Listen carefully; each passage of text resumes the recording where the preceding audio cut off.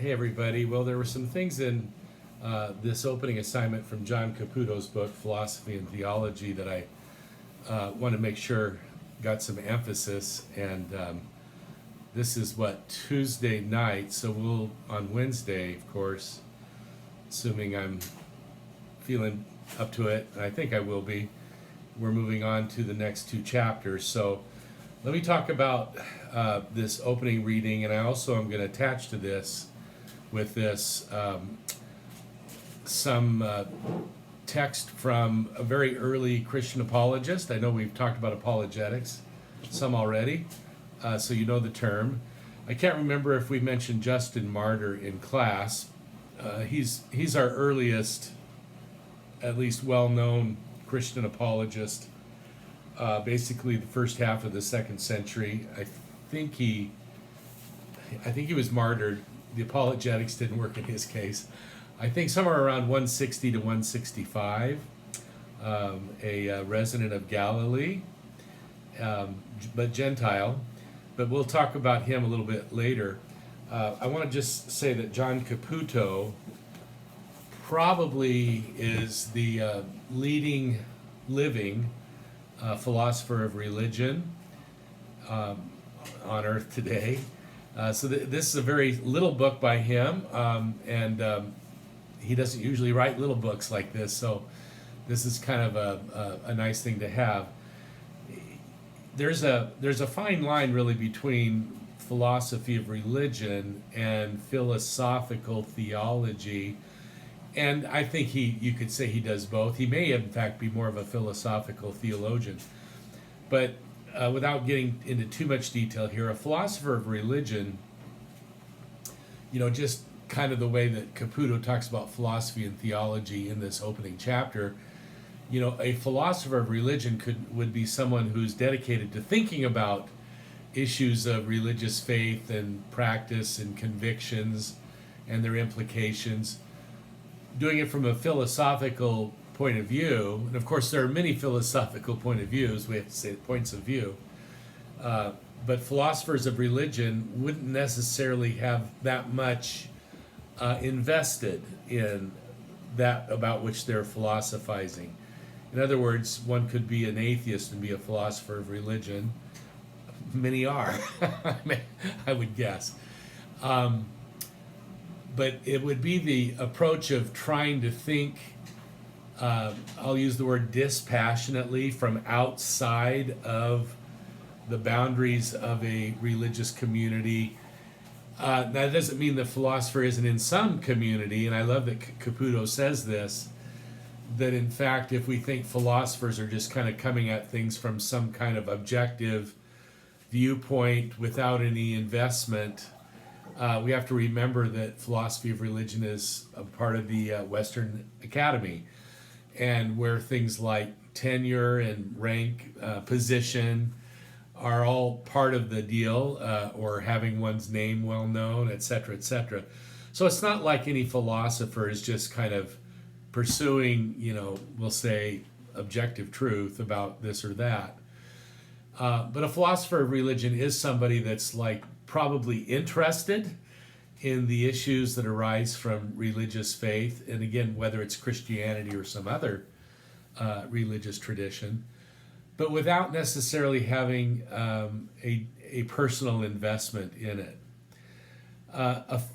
By definition almost, so if somebody is a theologian, and this is kind of what Caputo says on page 4, even a philosophical theologian, if the term theologian is there, it implies someone with a greater degree. It may not be a full-fledged 100%, I'm on fire believer, but a theologian is somebody that's going to have more investment in the questions of God, faith, transcendent meaning, maybe even things of, like life after death and so on and so forth, where the person, while their primary engagement will be with philosophical categories, by that I mean things like truth and falsity, meaning, what is the nature of human existence, What is our purpose if we have one? Things like this. The philosophical theologian will be engaged with philosophical modes of reflection and discourse, but also have some significant degree of investment or commitment. So I do want to look at page 4, where he kind of says that philosophers and theologians tend to stay in their own corners and so on. I think he's overstating this a little bit, but partly because of where he's what he's setting up as the problem. So Caputo writes in the big paragraph on page 4, what has us worried is the built-in turf war between philosophers and theologians. While they raise overlapping questions about the ultimate meaning of our lives, they are coming from different directions. So again, even if you're talking about two disciplines that seem to come close to converging, philosophy of religion and philosophical theology, the idea here is that they're still coming at this from at least a slightly different direction. The theologians belong to communities of faith, and their work is to think through the tenets of faith or the contents of revelation, both the words of the scriptures and the common faith passed down by the faithful over the ages. We might even take that as a working definition of theology, that it is the place where the community of faith does its thinking. I really like this actually. Theology is the place where the community of faith does its thinking, examining, clarifying, conceptualizing, and updating the common faith over the course of its history. Nice sentence. That is why theologies, and there are many of them, also many philosophies, of course, come in different stripes. Some are conservative, more insular, or insulated or isolated, bent on keeping as rigorously as possible to the sacred words and avoiding too much contamination by worldly ways of thinking, like philosophy. Some are progressive, constantly rethinking the ancient faith in dialogue with the world. And notice now he uses this gerund verb in quotation marks, correlating. And I think we've already talked in this class about the method of correlation, and maybe somebody's even remembering the name with whom we associate the method of correlation, or as Caputo says here, correlating it, that is the faith, with the surrounding culture, especially with philosophy. I don't know if anybody looked up the footnote, but this is one of the things I wanted to bother to do with you. What a footnote. So this is back on page 75, footnote 1 of this book. That is the basis of the distinction made by Paul Tillich between correlational and non-correlational theologies. Correlational theology, like to correlate, to make a relationship between, seeks to establish the relation or rapport between the being of God and human being, where God is always God for us and we are always we for God, where the Word of God answers a question that the theologian poses in the midst of the present situation.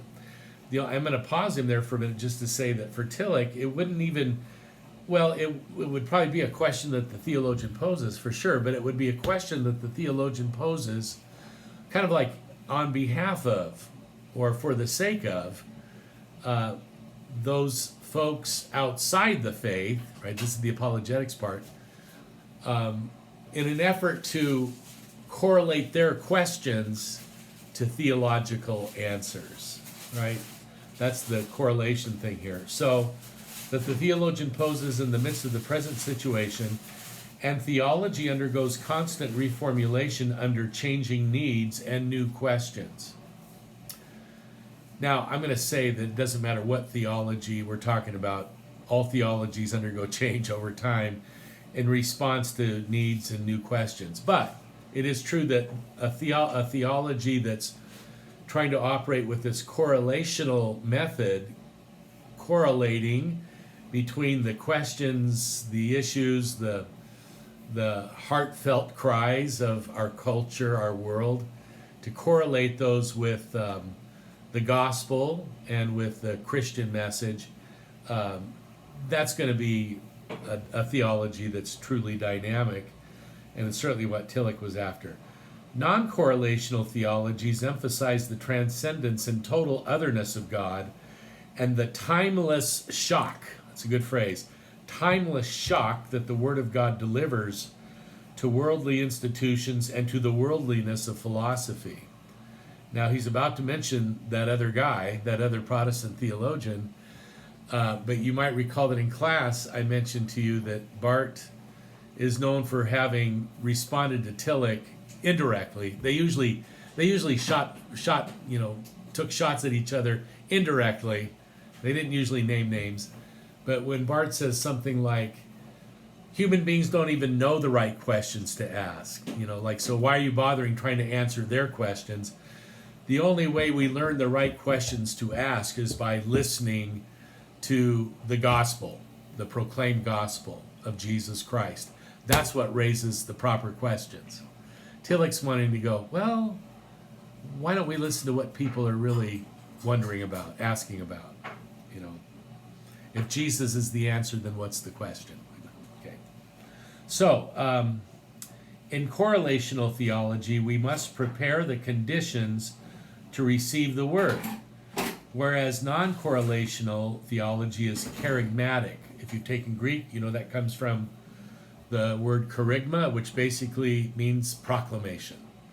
In the New Testament, it's always proclamation of the gospel of Jesus Christ. So it's a difference in many ways between, getting up and proclaiming, maybe on a street corner or in a church, and sitting down in the coffee shop, or if you're really correlational, maybe in a bar somewhere where you're having a conversation with a person or a group of people, hearing their questions, trying then, doing that whole apologetics thing, with the great risk of, in the process, kind of losing your distinctive message, as we've talked about. So, kerygmatic, like the theology of Karl Barth, emphasizing that the word has been unconditionally proclaimed, whether we are ready or not, whether we like it or not. Yeah, that's a pretty nice footnote, and really gets at a lot of what I was, wanting to talk to you about in terms of the difference between Barth and Tillich. Now, there's other really interesting things in this chapter. One thing for sure, he mentions on page 7, he's talking about philosophers. Oh, I'm going to pause here. I see that I don't want to make this go too long.